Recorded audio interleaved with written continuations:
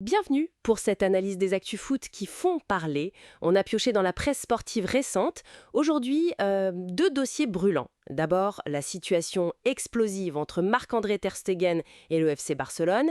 Et puis la course au Ballon d'Or 2025 qui est de plus en plus serrée, on dirait. Oui, tout à fait. On va essayer de décortiquer un peu tout ça. Exactement. On va regarder la blessure un peu controversée du gardien algan, la stratégie du Barça derrière, et après, on pèsera les arguments pour Ousmane Dembélé face au jeune Lamine Yamal pour le Ballon d'Or. L'idée, c'est de voir un peu les enjeux cachés, ce qui se joue en coulisses. Allez, on commente par Barcelone. Cette histoire avec Ter Stegen, ça chauffe, hein? Ah oui, ça a pris une tournure assez dingue même.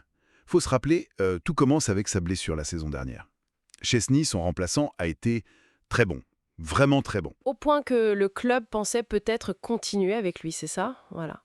Mais Ter Stegen, lui, il a été clair cet été, hein. Il veut rester numéro 1, fidèle au poste, quoi.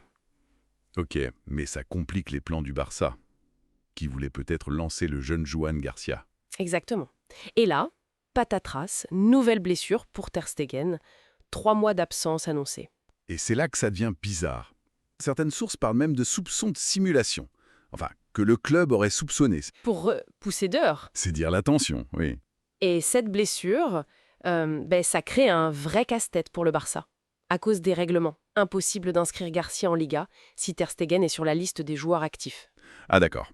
Et donc, le club a tenté un truc. Bah oui, ils ont voulu utiliser un protocole spécial pour blessure longue durée. Le truc, c'est qu'il faut minimum 4 mois d'arrêt pour ça. 4 mois, alors que lui est annoncé pour 3. Je vois. Et c'est là que le conflit éclate vraiment. Le club pousse pour 4 mois, jusqu'en janvier en gros, mais Ter Stegen refuse. Il dit non. Le diagnostic médical, c'est pas ça. Je peux revenir avant. Et la réponse du club? Plutôt directe, non? On lui enlève le brassard de capitaine. Oui, sanction immédiate. Alors, simple mesure disciplinaire ou une façon de mettre la pression. Difficile de pas y voir une pression quand même. Utiliser un point de règlement comme ça. Absolument. Ça révèle peut-être des tensions financières ou juste une volonté de tourner la page, Ter Stegen. D'ailleurs, il n'a pas tardé à réagir. Hein. Ah oui, j'ai vu ça. Il clarifie sa version, il insiste sur sa priorité, revenir vite. Il dit que l'opération s'était décidée d'un commun accord avec le club pour sa santé. Et surtout, il maintient son délai de récupération et il rejette toutes les informations infondées, comme il dit. Il défend son bout de gras, quoi. Clairement, une communication de crise. Face à un club qui semble prêt à tout, c'est une sacrée histoire. Une vraie lutte de pouvoir, oui. Et ça nous amène assez naturellement à une autre compétition où les récits, les stratégies, ça compte énormément. Le Ballon d'Or. Exactement. Avec ce duel qui se dessine fascinant. Ousmane Dembélé contre Lamine Yamal. Au départ, Dembélé semblait parti sur une autoroute, non? Sa saison au PSG. Ah mais complètement. Les chiffres sont fous. 35 buts, 16 passes D. Le triplé national. Ligue 1, Coupe de France, la Ligue des Champions. Sans oublier finaliste de la Coupe du Monde des clubs, demi-finaliste de la Ligue des Nations. Difficile de faire plus complet comme palmarès sur une saison. Sur le papier, c'est écrasant. Et pourtant, Pourtant, voilà, Lamine Yamal, 18 ans. Le gamin du Barça. Oui, le phénomène. Ses stats sont différentes, hein. 18 buts, 25 passes décisives. Moins de buts, plus de passes. Mais son impact sur le jeu du Barça, champion d'Espagne, vainqueur de la Coupe, de la Supercoupe, il a été juste énorme. il porte l'équipe, c'est l'impression qu'il donne. Et il a tout un pays derrière lui, on dirait. Qu'est-ce qui fait qu'il est si captivant, Yamal, au-delà des stades purs? C'est tout le narratif, je crois. La presse espagnole le vend comme l'élu, le talent générationnel. La comparaison avec Messi jeune revient sans cesse. Ah oui, la fameuse comparaison. On met en avant sa capacité à être décisif dans les gros matchs, y compris contre la France de Dembélé en Ligue des Nations où l'Espagne gagne. Ça marque les esprits. C'est un argument fort, ça, le face-à-face direct. Et puis il y a l'argument classique, la Liga serait supérieure à la Ligue 1. Et son aura. On dit qu'il a déjà l'aura d'un ballon d'or. C'est presque une campagne, en fait. Intéressant de voir comment le récit peut rivaliser avec les trophées, oui. Mais Dembélé a quand même des arguments solides. Bien sûr. Mais il y a des risques pour lui, non? Oui, quelques obstacles. Bon, la finale perdue en Coupe du Monde des clubs, est-ce que ça va jouer? Peut-être un peu. Mais surtout, le gros risque, c'est la dispersion des votes. Il y a 9 joueurs du PSG nommés au total. 9? Ah oui, c'est énorme. Ça, la presse italienne et l'équipe en parlent? Forcément, quand une équipe domine autant, les votes pour ses joueurs peuvent s'éparpiller. Vitinha, Hakimi. Ils ont été excellents aussi.